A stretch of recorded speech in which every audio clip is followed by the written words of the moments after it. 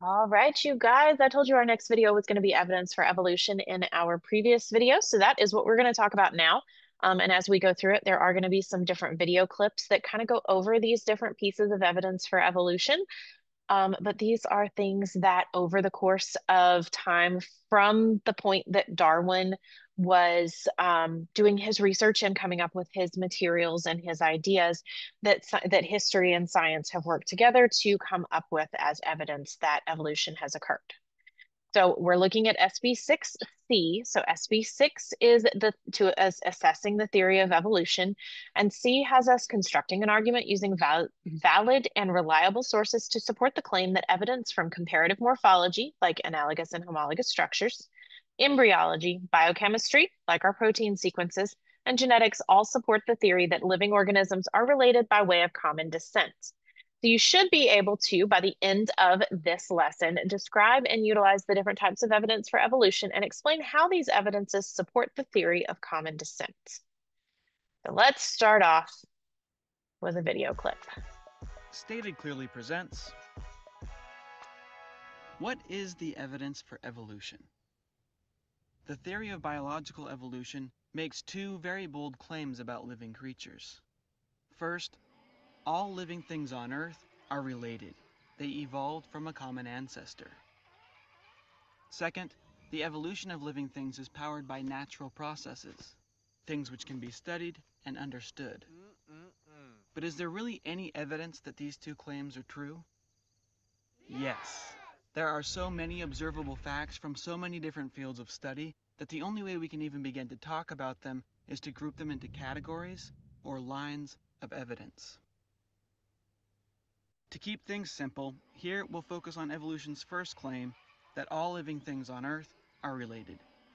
We cannot tackle the entire tree of life at once. After all, there's an estimated 8.7 million species alive today. So instead, we'll focus most of our attention on one fairly small but fascinating branch of the evolutionary tree, cetaceans. This branch includes whales, dolphins, and porpoises. Biologists tell us that all these creatures are closely related, and that the entire group evolved from an ancient four-legged land mammal. Instead of taking their word for it, let's look at the facts. Okay, so we're going to go through and we're going to talk about these different pieces of evidence that show us that that group of organisms is related. Talk about from that video clip is comparative embryology. So an embryo is just the early developing stages of a multicellular organism. Closely related organisms go through equivalent stages of embryonic development. For example, in all vertebrate embryos, cells in the same location develop in a precise order and in an identical pattern to produce the organism's tissues and organs. In addition, all vertebrate embryos have gill slits during early development. Later in development, those embryos' characteristics differentiate depending on the species. So those things that were gill slits in fish develop into true gills, the things that we would normally think of. In humans, though, those gill slits that were there in the embryo develop into a special tube. It's called a eustachian tube. It's actually right back here in your ear and in your skull, and it connects the inner ear all the way back to your throat. So if you've ever had a sore throat, but your ear also hurt, oftentimes that swelling is the pressure is connected through that eustachian tube. So let's see what the video has to say about embryology. Before we draw any bold conclusions, let's see if a completely separate line of evidence will confirm our suspicions. Embryology is the study of how creatures develop before being born or hatching from an egg. Here we see a dolphin and a human embryo side by side at similar stages of development. Notice that they both have what look like arm buds and leg buds. In humans, the leg buds grow to become legs. In whales, they grow for a while but then stop, effectively fading away as the rest of the whale continues to grow. These are all photographs of a common dolphin at different stages of growth. Notice that early on, we see two nostril grooves on the front of the face, just like you'd expect in a puppy or a human. As the dolphin continues to grow, the nostrils migrate to the top of the head and fuse together, becoming the dolphin's blowhole. So far, we have multiple facts from two independent lines of study, comparative anatomy and embryology, that are both telling us the same story. The ancestors of whales were once four-legged land creatures. All right, you guys. So there's embryology. Next up, we're going to talk about comparative anatomy. So comparative anatomy is where we're actually looking at anatomical structures. So scientists believe that animals that have similar structures evolved from a common ancestor. And those similar structures are known as homologous structures. Homologous structures are just similar structures shared by related species. For instance, all vertebrate animals, all animals that have backbones, have the same basic bone structure. They might not have quite the same number of bones, but they have the same basic bone structure. And these, over the generations and millions of years of evolution, these structures have become modified to fit different purposes. So you can see here a frog. They've got this yellow bone at the top. That's like the humerus. Then they have two bones in the wrist. That's like the radia and ulna, like we have. And then there's the phalanges, the metacarpals, the carpals, and the phalanges. Well, look, the alligator has the same thing. One single bone up at the top, two bones in the middle, and then all of those other bones. Chickens, same thing, only instead of having multiple phalanges, chickens just have one phalange or one finger bone. Horses, same thing. So you can see that they have a very similar structure in the way that they're built. And then we have vestigial structures.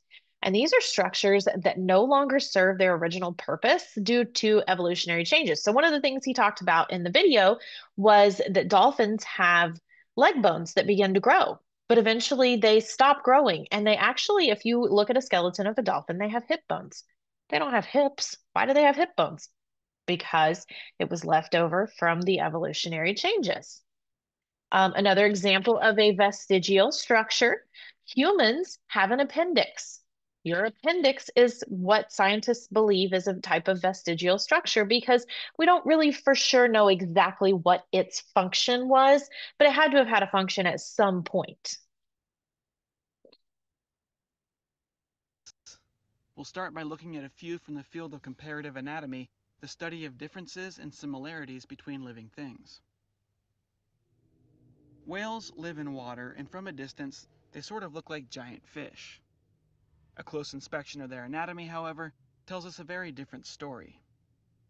Whales, just like land mammals but unlike fish, have placentas and give live birth. They feed milk to their young. They are warm-blooded, which is extremely rare for a fish. And whales do not have gills. Instead, just like us, they breathe air with two fully developed lungs. Whales don't seem to have noses like mammals do. Instead, they breathe through blowholes coming out the tops of their heads.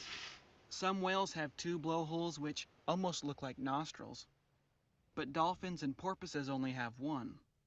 Surprisingly, if you look at their skulls, you find that the blowhole splits into two nasal passages inside the head. Could it be that the blowhole is actually a highly modified mammal nose? It looks that way, but we'll need more evidence to be sure.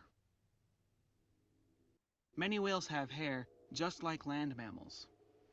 In this photograph, you can actually see the whiskers of this baby gray whale as he rests his chin on mama's back.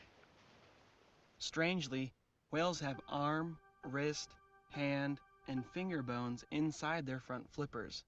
Here's a photo of these bones, the same bones that bats, hippos, and people have in their front appendages. One bone, two bones, wrist, hand, and finger bones.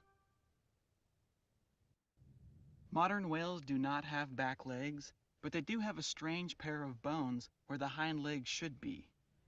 Here's a picture of these bones from a bowhead whale. They almost look like shriveled hip, thigh, and shin bones. This one even has a ball and socket joint between the hip and thigh bone, just like the ball and socket joint in your own hip. Is this resemblance a mere coincidence, or are these real leg bones? Perhaps leftovers from the whale's evolutionary history. All right, guys. So that's embryology and comparative anatomy. Next up, we're going to talk about fossils. So we know the fossil record is not complete. It is continually having things added to it because things are being discovered. And as they're being discovered, it continually makes connections in the evolutionary timeline. Scientists look at things like the age of the fossils found, as well as their location within the layers of the earth to figure out the order in which things evolved. We know that single-celled prokaryotes are the oldest known fossils. Somewhere around 2 billion years ago is how old we found the oldest known fossils, followed by the evolution of invertebrates, then amphibians, reptiles, and mammals and birds. And you can see here an example of the Eohippus, which is a prehistoric horse from about 55 million years ago, all the way up to the recent horses, and then up to even actual horses today.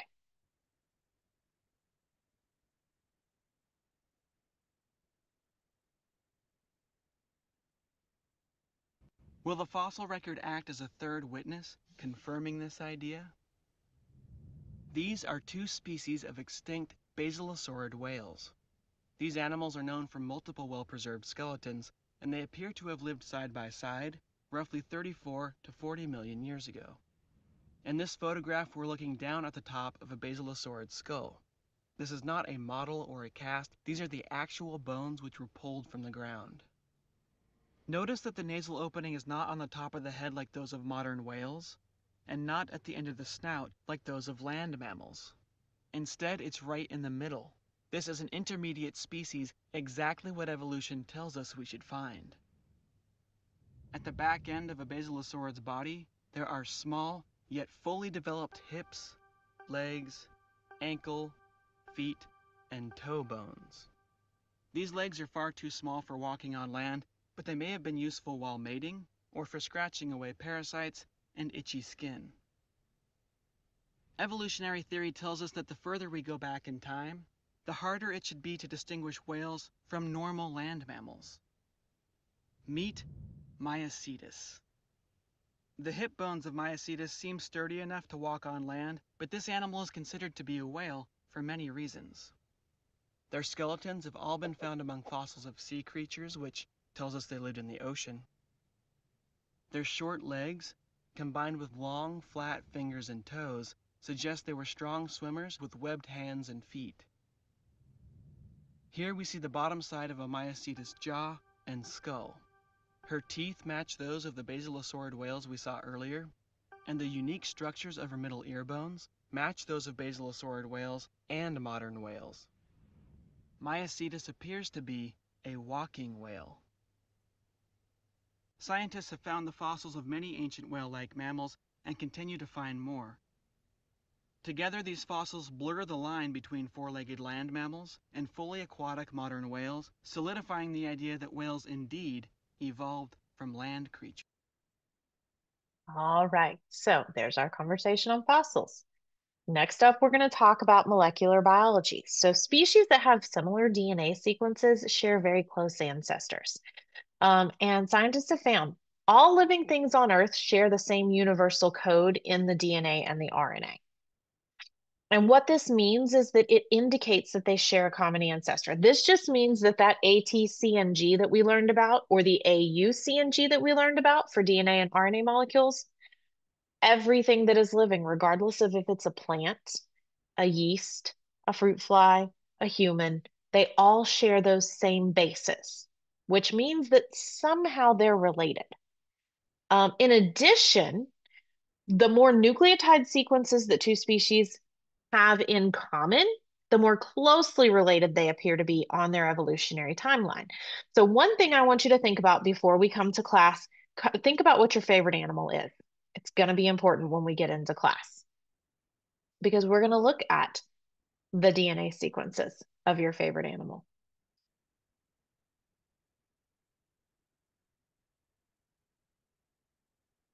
Now let's look at a fourth line of evidence, DNA. DNA molecules contain chemical codes which act like recipes for living things. Without ever looking at bones, embryos, or anatomy, researchers can compare the DNA code of different living creatures to find out who is most closely related to who. Whale DNA has been compared to all kinds of other animals, fish, sea lions, you name it, and so far, the closest genetic match is to the pudgy, water-loving hippopotamus. This does not mean that whales evolved from hippos, but if this genetic finding is correct, whales and hippos both evolved from a common ancestor that lived roughly 54 million years ago. At first, the link between whales and hippos surprised researchers because whales are mainly carnivores. They eat things like fish and small crustaceans. Hippos, on the other hand, are mostly vegetarian. A closer look, however, reveals that hippos and whales actually share many strange features, some of which may have come from their common ancestor. Ancient walking whales have specially shaped ankle bones found only in hippos and the close relatives of hippos. Just like whales, hippos are known to give birth and even nurse their young underwater. They both have multi-chambered stomachs, which is common for herbivores but is almost unheard of for meat-eating mammals. They are both missing a coat of fur, and here's a fun fact. Whales and hippos are among the only mammals on Earth that have internal testicles. So there you have it. 4 independent lines of evidence all tell us the exact same story. Whales evolved from 4-legged land mammals. But the history of whales is not the only evolutionary history that we've been able to work out. We know from fossils, DNA, embryology, and many other lines of evidence that bird wings are actually modified arms and claws. Birds evolved from dinosaur-like ancestors. We can also clearly see that bat wings evolved from 5-fingered hands very similar to those of monkeys and shrews. We've found that humans share a fairly recent common ancestor with chimpanzees, that mammals evolved from reptile-like creatures, those reptile-like creatures evolved from amphibian-like creatures, those amphibian-like creatures evolved from fish-like creatures, and fish, if you go back far enough, share a common ancestor with segmented worms.